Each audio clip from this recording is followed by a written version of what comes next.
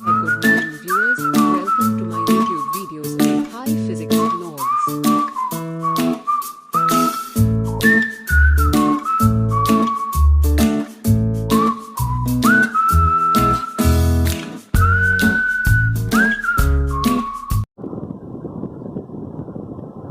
Hello, good morning students. Today I would like to discuss a chapter for the competitive point of view as well as for the board exams also. The topic is semiconductor devices, one of the important topic. In this semiconductor devices we can go quick revision for this. See here, say basically semiconductor devices. Before this you have to know that what is a conductor, what is an insulator, what is a semiconductor, and so on. And this semiconductor, so semiconductor means basically there are two types of semiconductors. Number one is intrinsic semiconductor, that is intrinsic semiconductor, shortcut I am writing SC. So intrinsic semiconductor means it is a pure form of semiconductor, it is nothing but the intrinsic semiconductor. The best example for this intrinsic semiconductor is,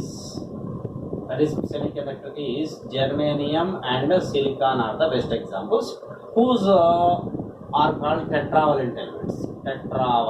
Tetravalent in the sense whose valence is 4 electrons. This is intrinsic semiconductor, which we can say pure form of the semiconductor. Another one is the extrinsic semiconductor. So what do you mean by the extrinsic semiconductor? Extrinsic in the sense pure becomes impure, that is adding of impurities to the intrinsic semiconductor, we can call it as the extrinsic semiconductors. See, in this extrinsic semiconductor, adding of impurities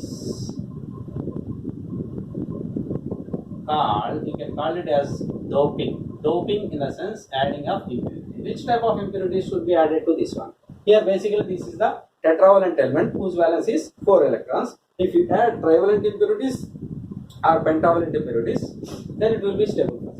Say adding of impurities is called doping. This impure form is nothing but the extrinsic semiconductor, which we can say simply impure form. That's all.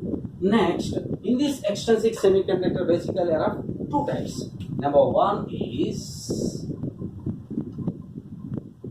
P-type semiconductor. Yeah, P-type semiconductor. So what do you mean by the P-type semiconductor? By adding trivalent impurities to a intrinsic semiconductor.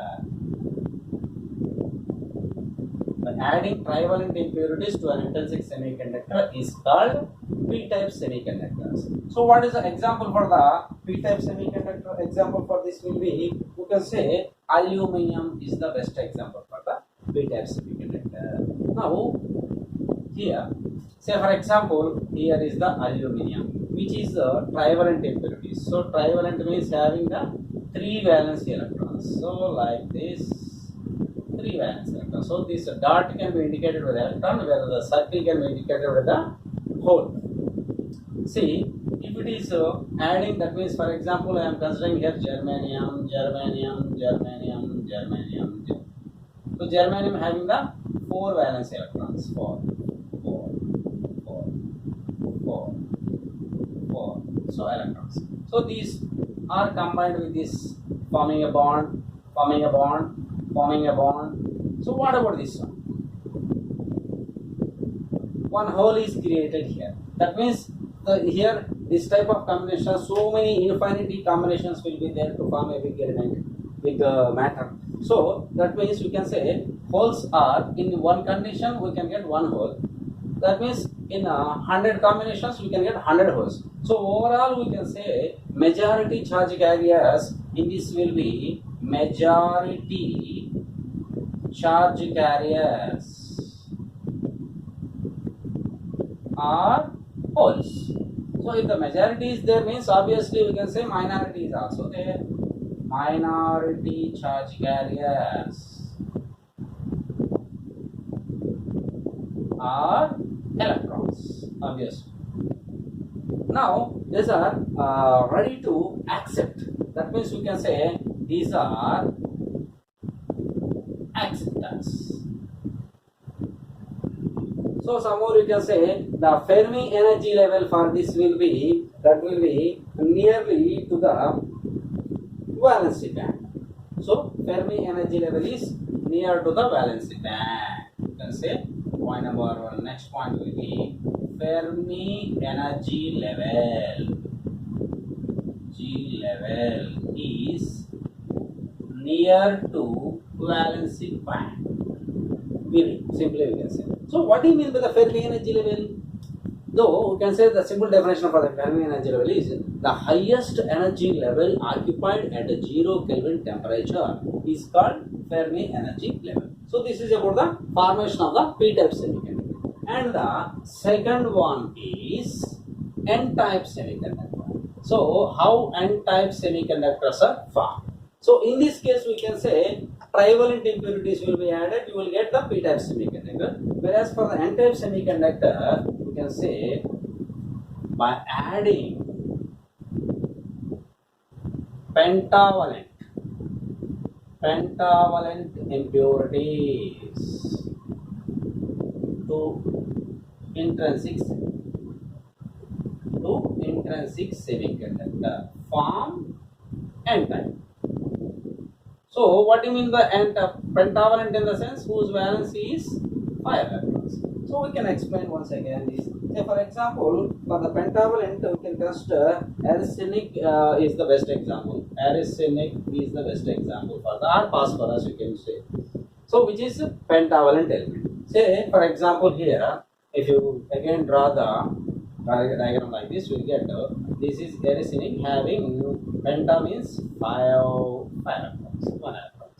So this is germanium, whose valence is 4 electrons. 4. So if you this combined bond formed. That means 1 electron will be remains. That means in one combination we will get 1 electron. Such 100 combinations, 100 electrons. That means we can say that simply in this case majority charge carriers are electrons. Exactly opposite to this p-type semiconductor. Majority is there means obviously we can say minority is there. So we can say minority charge carriers are holes. Majority is there, minority is there. That means these are here, so many electrons will be there. To get the stability, they have to donate the electrons. That means we can say these are donors. So last point, Fermi energy level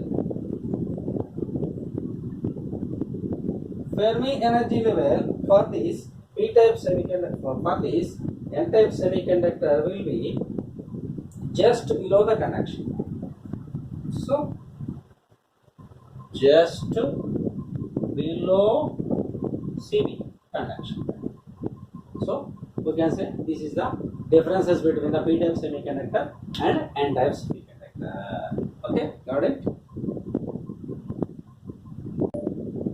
Next, formation of a p-n junction diode. How a p-n junction diode is formed? Here in this case we can say that a p-type semiconductor and n-type semiconductor combine to form a p-n junction diode. We can say simply, say this is a p-type semiconductor, this is a n-type semiconductor. Okay, these two are combined to form a p-n junction. As we know that in p-type majority charge carriers are holes that can be represented with the symbol of circles. In n-type majority charge carriers are electrons that can be represented with the symbol of dots. Okay, like this. So here minority also there, that is minority means simply you can say dots. 1, 2, 3 like that. Here in this also minority are there, 0. So whenever they are combined together near the junction, here you can say junction is observed here.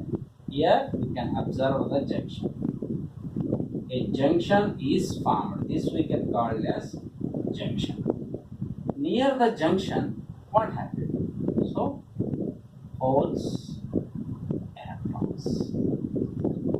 So they are coming near to the junction.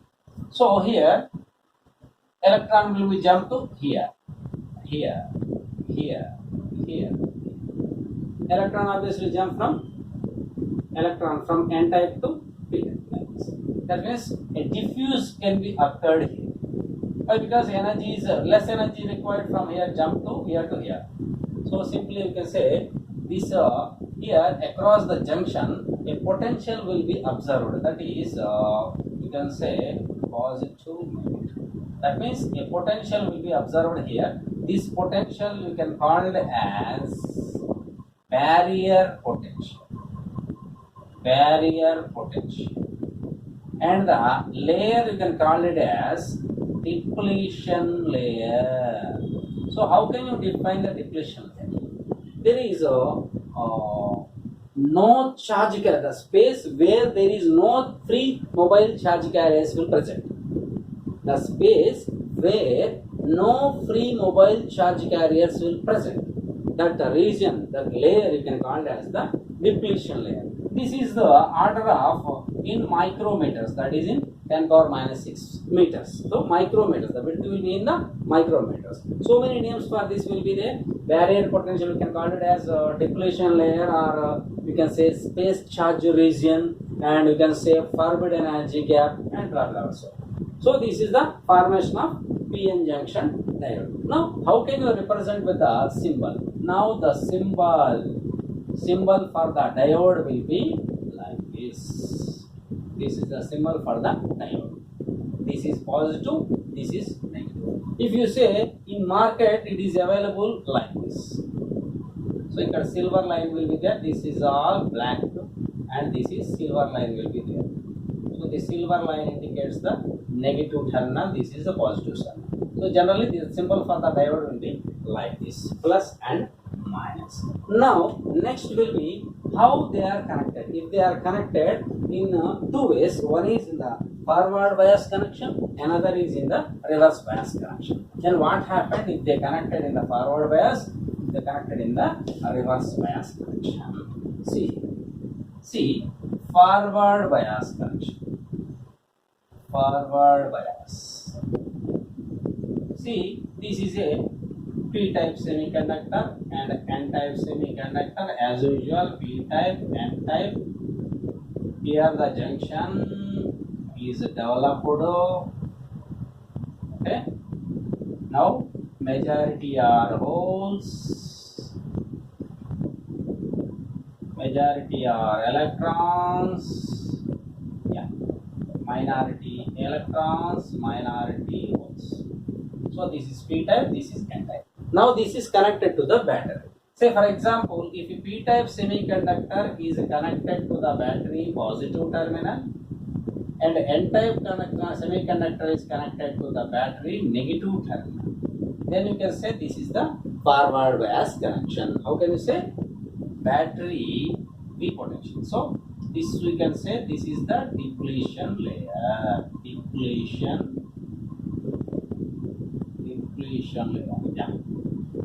So in this, how can you say? In the written form of it, we can write here P-type semiconductor connected to battery positive and N-type semiconductor connected to battery negative terminal. So what happened if they are connected? That means we can say here this layer which we can call as depletion layer.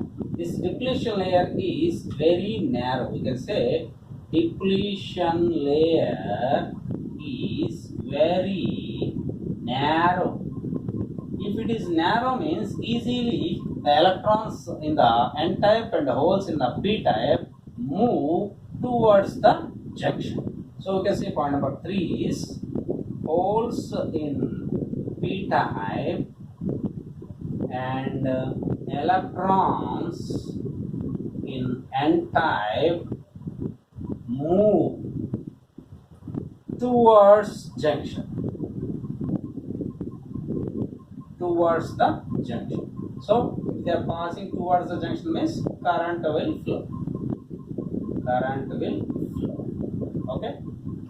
This is about the forward bias connection. What about reverse bias connection? Reverse bias. So same thing here. This is the PN junction diode. Yes. P-type semiconductor, N-type semiconductor. So now these are the depletion region. Now P-type semiconductor is connected to battery negative terminal and N-type is connected to battery positive terminal. Then you can say that they are reverse bias connection. So same thing you can write here. Point number 1.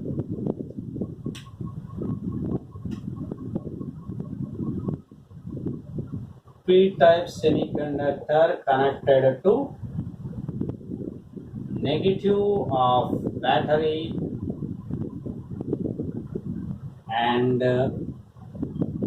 N-type connected to positive of battery. This we can call as the reverse bias connection. Now if you observe point number 2, depletion layer is very narrow in this case. What about in this case? Depletion layer is wide. Depletion layer is wide. So wide means they are not moving towards the junction. That means they are moving away from the junction. So in this case, holes in P-type and electrons in N-type move away from junction. Away from junction. That means if you see here, these are the electron holes here. Okay. These are electrons here. Some minority will be holes, some minority will be electrons. So they are not passing through the junction. But here minority charge carriers are there, that is electrons. Here in the minority charge carriers, electrons, in this minority charge carriers are holes. Due to these minority charge carriers, a small current will flow through the junction. See here, due to minority charge carriers,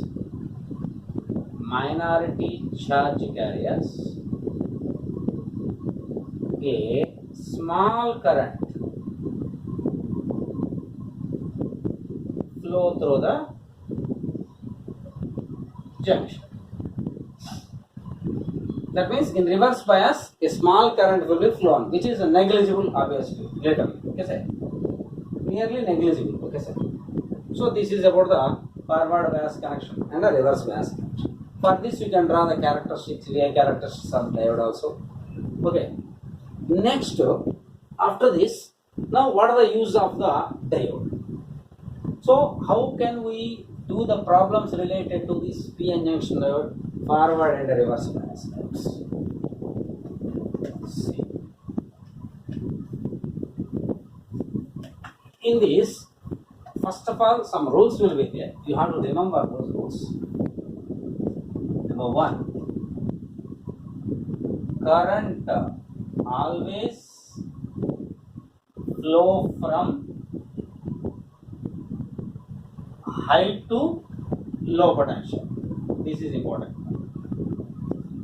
Number 2, if earthing is there, neglect it. Okay, these are the 2 points you have to remember for doing the problems. Say for example. So these are the diagrams. Question is which is forward bias, which is reverse bias. Now we can say the examples. Say this is the diode. Okay. Say for example, this is earthing symbol. 10 volts. This is some minus 2 volts.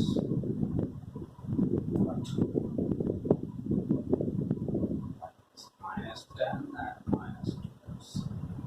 3 plus minus 2 volts minus 10 volts. So number 4 is 0 volts and minus 2 volts. 5 volts and minus 3 volts. Number 6. So many you can write, no problem.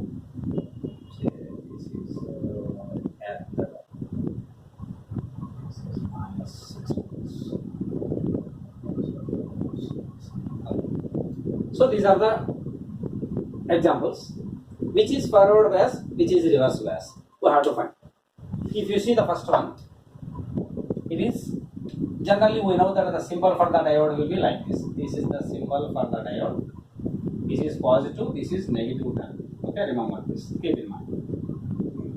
See, this is 10 volts, this is minus 2 volts. If it is earthed, that means no need to bother about this. We don't have to consider this one. Simply, this is positive. This is also positive. That means we can say positive to positive. This we can say this is forward bias connection. Simple. Next, question number 2. Minus 10 volts, minus 2 volts. Which is higher? Minus 2 is higher, minus 10 is lower. So, that means low to high. First condition. Low to high. Low to high means current does not flow. That means this we can say this is a reverse bias connection. Okay. Number 3. Minus 2 to minus 10. That is minus 2 is high, minus 10 is low. That means high to low. That means we can say this is forward bias connection. If you see the fourth one, 0 to minus 2. 0 is less than that of minus 2, obviously. That means this is forward bias. See here, 3 to minus 3. So 3 is high voltage, minus 3 is low voltage. Obviously, this is also forward bias. If you see this one, earthed, that means neglect this, whatever it may. See this. Minus 6 volts. This is positive terminal, this is negative terminal. Negative connected to the positive means this is obviously a reverse bias connection. Okay. If you do some more problems, so problem number 7, let us say 6 volts. So this is now here a resistor is connected, let us say. Value is some 10 ohms. This is say for example 10 volts. So what do you have to find? Find the current in the circuit simply. Here 6 volts, 10 volts, 10 ohms resistor is connected across this. So how much current passing through this diode? That is the question. How can you do this? First check it whether this connection is forward bias or reverse bias. If you observe, this is 6 volts, this is 10 volts. So low to high. Low to high means current does not flow. That means you can say simply without doing the problem, by seeing it, we can say current in the circuit is 0. Say for example, if it is in the reverse condition, you can say that's like this. If it is 6 volts, this is 10 volts. What is the resistance? This is the same thing, you can say 10 ohms. Now what is the current in the circuit? So according to the Ohm's law, V is equal to IR, I is equal to V by R. We can say I is equal to delta V by R. Delta V in the sense 10 minus 6 by resistance is 10. That is how much I is equal to 0.4 amps. That's all. In this way, you can do the problems related to the PN junction diode. Okay. Next, what are the applications of the PN junction diode? So in the applications, half wave rectifier and full wave rectifier. Two questions will be there.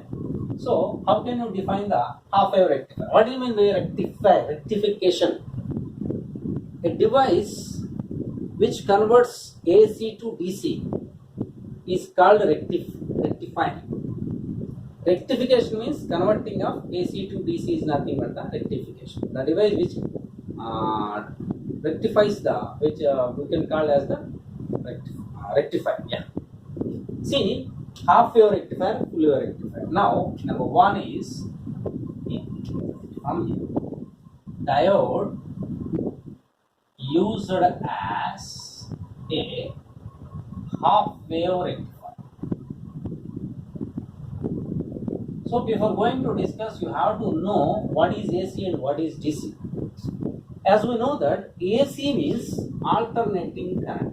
So this is alternating, which is combination of positive cycle, negative cycle, and positive cycle, negative cycle, like this, positive, negative cycles will be there. So the symbol for the AC will be like this. This is the symbol of AC.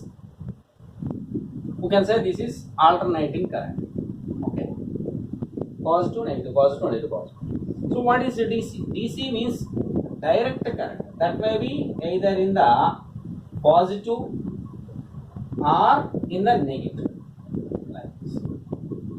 Okay. Only one direction, direct current. Okay. So this is the difference between AC and DC.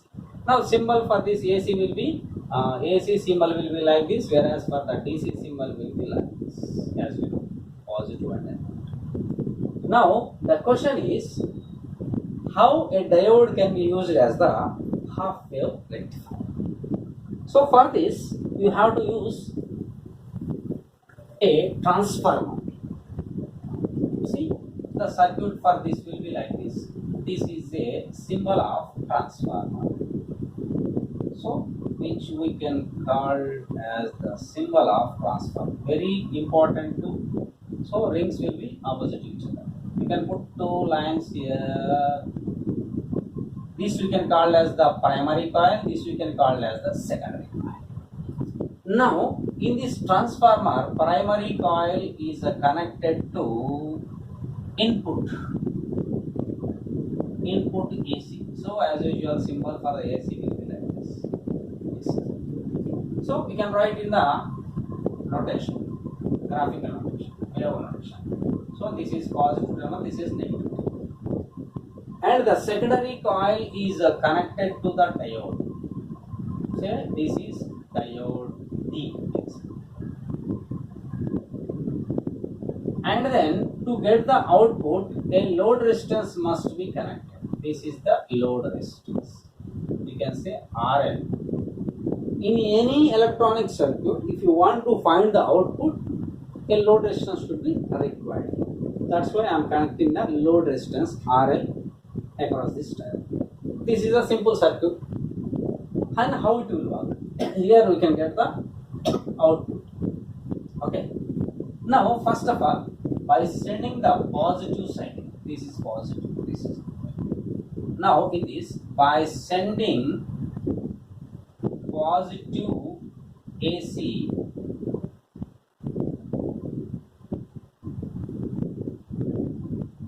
in the circuit, here positive, as we know that positive battery connected to the diode, positive, that means that is forward bias. That means it will work obviously. But by sending the positive AC in the circuit, diode D is forward bias. You can say shortcut FP. So you will get the output as positive DC. This is DC. Okay. We get positive DC as output. O by P short. Now by sending negative AC in the circuit, shortcut CKD, diode D is negative, positive means obviously reverse bias, shortcut R. So we have got no output. We won't get the output. That is no output to input. That means you can say by sending full AC as the input, we will get half DC as the output. That means diode can be used as a half wave rectifier. Simple answer. So you can say by sending full AC as input, we get half DC as output.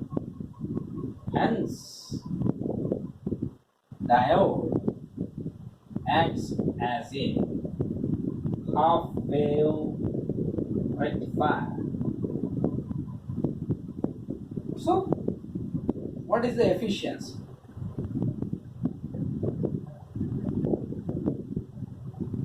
Efficiency, as you know, the formula for the efficiency is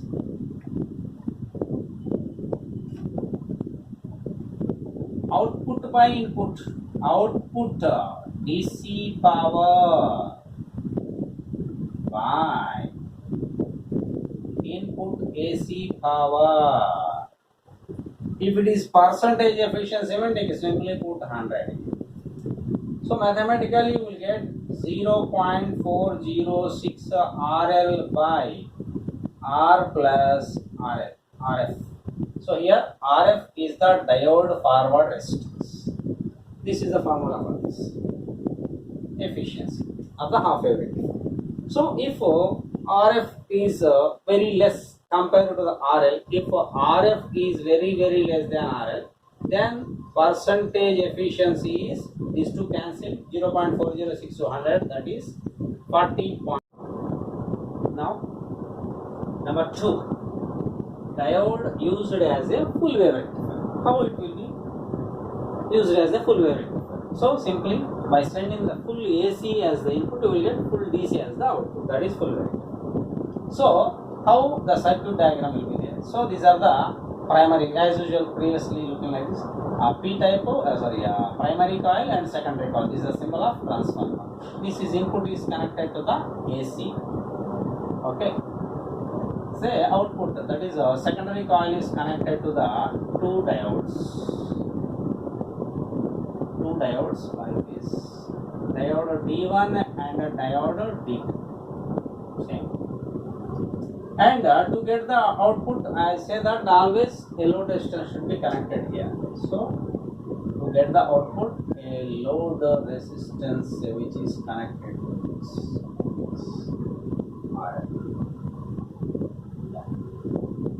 Here we will get the output. Okay. Here load resistance will get the load. Across the load resistance will get the output.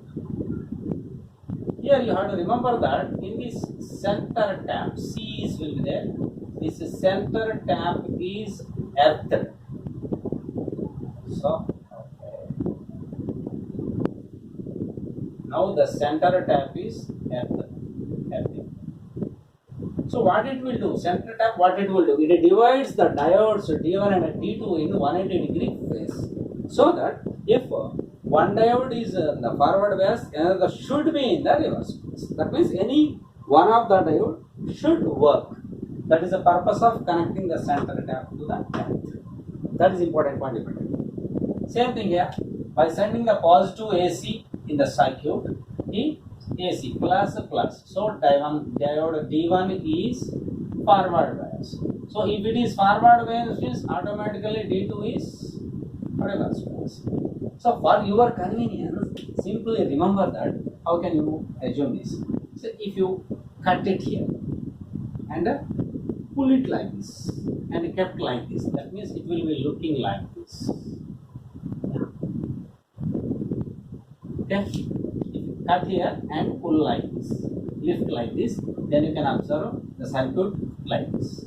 That means these two are 180 degrees phase with each other. Okay. Say diode D1 is, by sending the positive AC, diode D1 is forward bias, D2 is reverse bias. Then you will get the positive DC as the output. We get positive DC as output. Next, by sending the negative AC in the circuit, diode D1 is a reverse bias. If it is reverse bias, means obviously this should be forward bias. So D2 is forward bias. So if it is forward bias, means then you will get the, again we get positive DC as output. So again positive DC. That means by sending the full AC as the input, we will get full DC as the output. Okay, got it. That means two diodes. That means diodes can be used as the full wave rectifier. Simply you can say by sending full AC as input, we get full DC as output. Hence, diodes used as full wave rectifier. So as usual, what is the efficiency? Efficiency is equal to, as usual, output DC power by input AC power into 100. Or simply you can write 2 times, that is half wave 0.406 into 2 with 0.816. So mathematically you can write 0.812 RL by R plus RL. RF is the diode's forward resistance. So this one. What is the percentage efficiency? Simply, if you can say if RF is very less than RL, then what you will get? 0.812 into 100, that is 81.2 is the percentage efficiency of the full wave rectifier. So that's all for today. Thank you for watching. All the best.